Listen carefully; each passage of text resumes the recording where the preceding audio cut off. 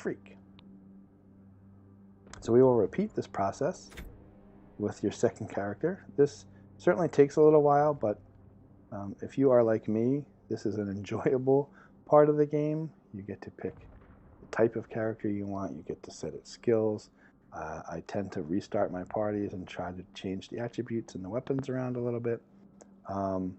It's not really important for the end game because as you get to level 50, I think the way it works out is you can max all the attributes except for one, which you can only get to 9. So by the end of the game, your character will have all these attributes maxed out. So it's really just a question of what do you want early, what do you want your character to focus on, and how do you round out a party until everybody's level 50 and you're just mowing things down. That being said, skills and perks, I don't think you can get anywhere near having all of these maxed. I'm not sure, I haven't done the math, but there are a lot of different skills, and then the perks that come with them, you still have to pick and choose what makes sense for your character. So you're not going to have a party that has all the skills, all the perks, and all the attributes maxed out. That wouldn't be fun if you could do that anyway. And it is a progression, so you have to make little trade-offs along the way. So that's what we're doing here. And one of the neat things that they do as you get into skills, it will show you, like explosives here, you can see it tells me the party members who have this skill and the level at which they have it.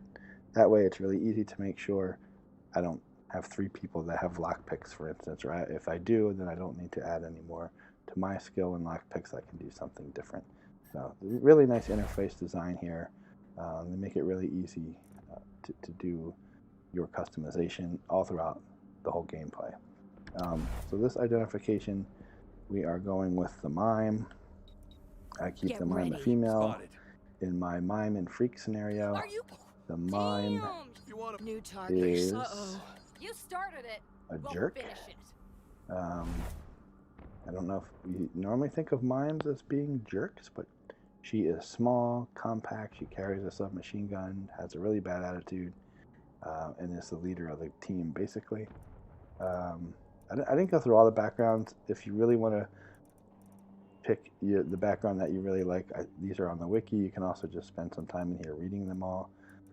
For the Mime, it makes a lot of sense that my Mime is a mopey poet. It does give her evasion as well.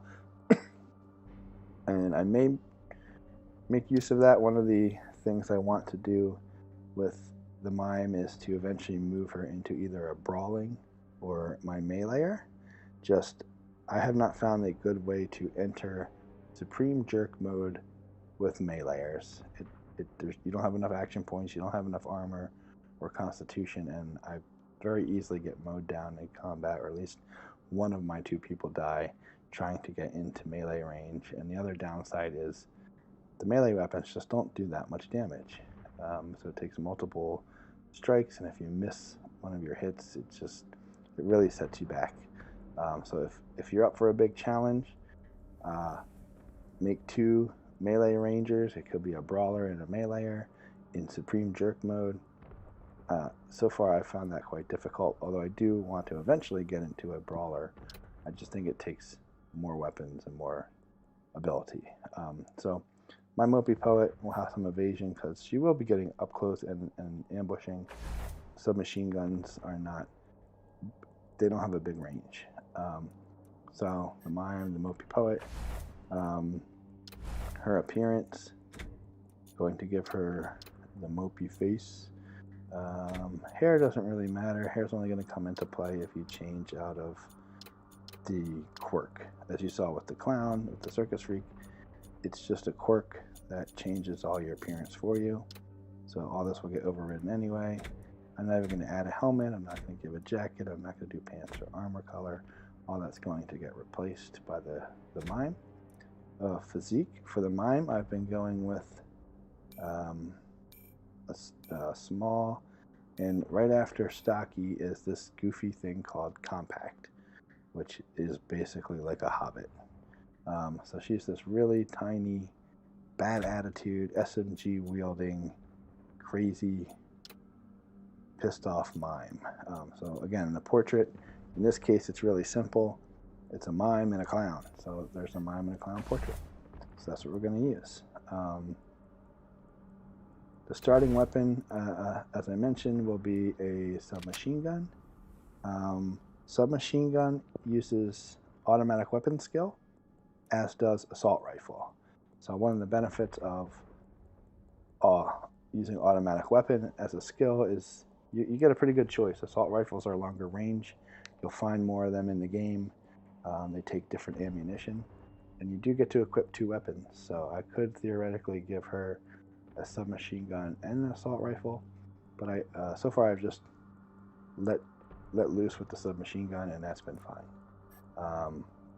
And again, I believe it's a pre-order thing, but you start the game with gold equipment, gold weapons in your inventory that are better than the starting weapon that you pick here. So when you go through this, if you have that in your inventory, be sure before you even fire your first shot, bring up your inventory, swap out your gun. And also make sure the skill that you pick matches the starting weapon, although with that pre-order equipment, they do give you one of each weapon, so it's not as big a deal if you mismatch your starting weapon and your skill. Same principle applies here. So far, I'm of the belief that 8 coordination is the best way to start out. And that is for the sole purpose of having 4 additional action points. The SMG, for instance, uses 4 action points to fire, so that theoretically it will give me the chance to fire twice, or at least fire and then ambush. And ambush takes as many action points as your gun takes. So I find myself, as I've played through before a little bit, ambushing with my mime quite frequently. Ambush comes in handy if you have not tried it before. You set wherever your character is on the grid, you set them up to ambush. They get additional hit chance based on how many remaining action points there were when you went to ambush. And then if an enemy moves into their attack range during the enemy's turn, the ambush will actually get triggered and they will shoot at them. So they use those action points if the enemy moves into range. The other option is to defend, where you can use those action points remaining to gain evasion. So it really depends on the scenario. I do like to make use of that ambush, especially with a nice weapon. She gets one that has a stun effect, potential stun effect. So they run into your attack range, they lose a bunch of health, and then they're stunned for the next round when you get to attack them again. So ambush is really helpful. But action points in general, moving, attacking, using skills, using items, reloading, they all take action points. So the more the merrier, but I think 10 is pushing it a little too far. You can get to 10 on your first 2 level ups. So I stick with 8. Seems to be good. You can even drop that down a little bit if you really want to get more like strength or speed out of it. For the mime, she is not as aware. The luck is going to go down to 1. I'm not a big fan of luck. Maybe I'm wrong on that. But luck in the early game doesn't seem to matter. Keeping her at 2 awareness, what you get at 2 is an additional hit chance, a little extra perception, and she's going to be ranged, so any additional range damage bonus is helpful. Strength is not as important. It mainly is going to increase your constitution and then the level of equipment that you can add, but so far I've only found 1 piece of armor in the early game that requires strength that I don't have. So pretty much you can find armor that you can equip. Everyone gets a jacket, a helmet, and a pants pretty early on in the game, so it's not a big deal. And the melee damage just isn't going to come into play at all early on. Speed at 2 is good for the evasion. SMGs require you to get a little closer than the heavy weapons do, or even the assault rifles. Range is not quite as far, so you probably will have an enemy run up on you, try to hit you. So having additional evasion is good. I do push her intelligence up pretty high. I gotta bump the charisma down. So 2, 4, 6. One thing I find difficult, I don't know why, it just right over here next to the name, they don't show me the number. I just have to keep counting these. I really haven't seen it anywhere, so it'd be nice if as you hovered over this, it just showed you what number you were at. So I have to count box. But 6 intelligence, a little extra critical damage, but main importance is you get 1 extra skill point for every 2 intelligence. So this will give me 3 additional skill points to make sure I can round out my party with the lock picking. I'm also going to make her sneaky. And then again, I run out of additional points for charisma, so I'm sticking with 1. One of the early guys you get to join your party is an NPC named Quan, and he has a little higher charisma and some of the leadership stuff. So I tend to rely on him in the beginning to be my charismatic one, and it kind of fits the theme too. A tiny grumpy mime and a big giant machine gun clown. Probably not the most charismatic people out there. For her skills, I'm going with automatic weapons. Again, this is with big guns. It was heavy machine guns and flamethrowers. Automatic weapons are assault rifles and submachine guns, both of which are very handy to have. Brawling is a very special combat system. I've tried it a little bit, but not with a lot of ability or action points, so I found it annoying. But there's a combo system. The more brawling attacks you land, it builds up your combo. So I would like to get into that later on. Melee combat is blunt, which does more damage to armor, and bladed, which has a chance to bleed, but doesn't penetrate armor as well. Small arms are your shotguns or your revolvers or pistols. This is pretty helpful. I did this with my first character build with a shotgun. Shotguns are actually really useful. They have a cone effect, but with friendly fire on, you have to be careful that who you're attacking is not anywhere near someone on your party, or if you're standing behind the person you're attacking, it's possible your shotgun will injure your own person. So revolver is probably a better choice in the beginning if you're going small arms. And then sniper rifles are purely sniper rifles. I will add a sniper to my group just because I like the idea of a sniper in the group. But to be honest, I haven't been impressed with snipers early on.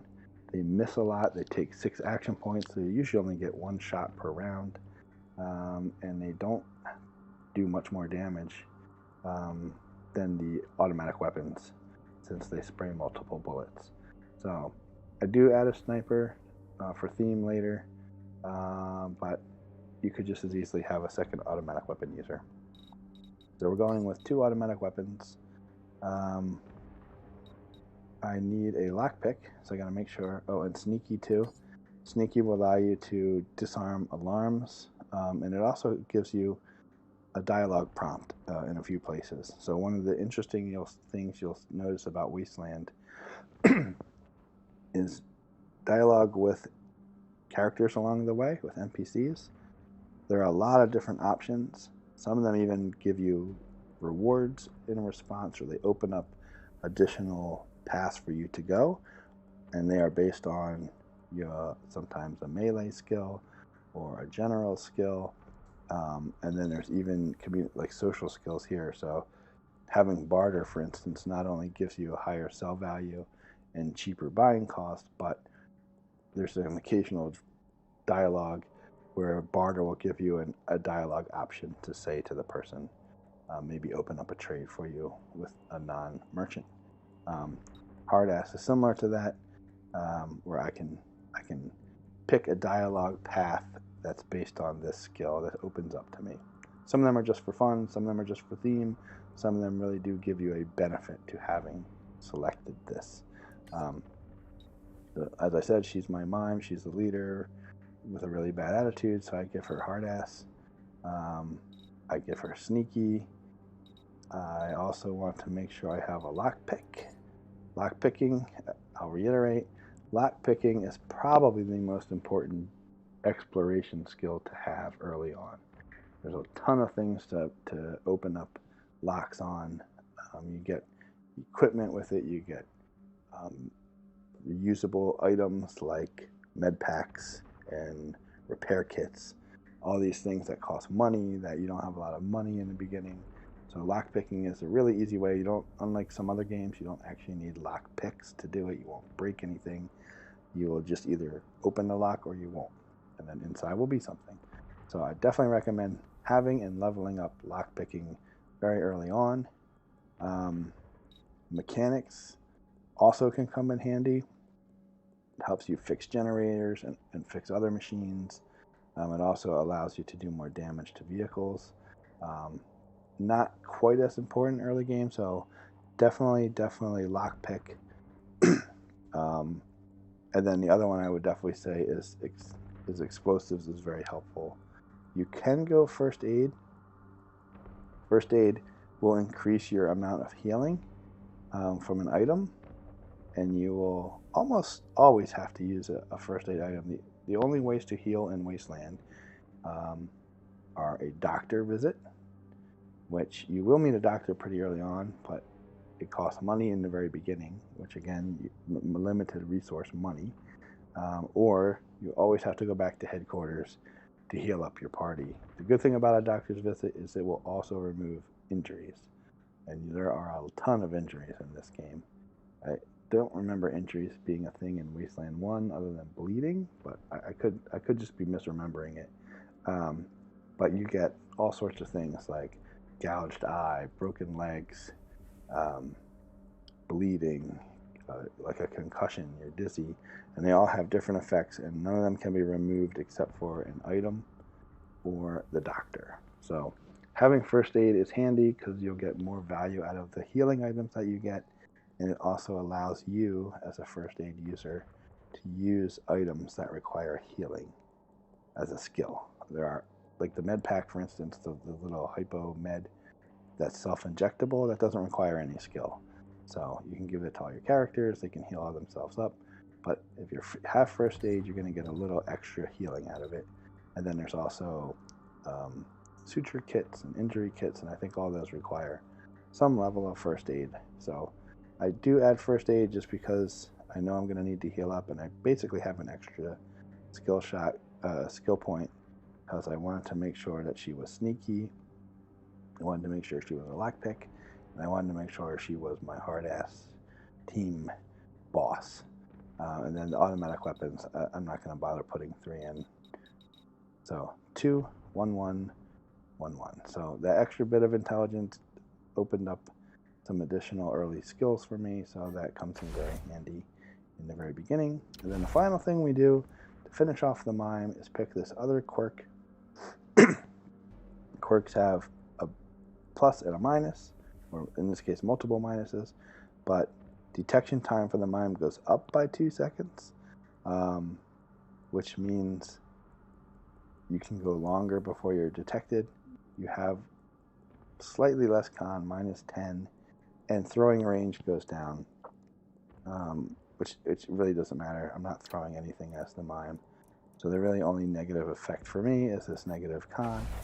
But because of my attributes, strength will give you +5. So if I wanted to balance this out, I could very easily go 1 more con and take something away.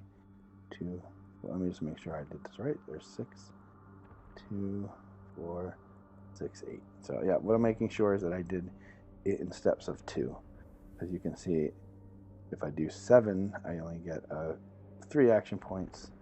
But if I do 8, then I get the 4th. So things usually come in groups of 2. So awareness is 2, speed is 2, this is 6, and this is 8. So I'm okay with that. I don't mind the -10 con. It's not that big of a deal, and she'll be able to heal. So that is the basics of character creation. And the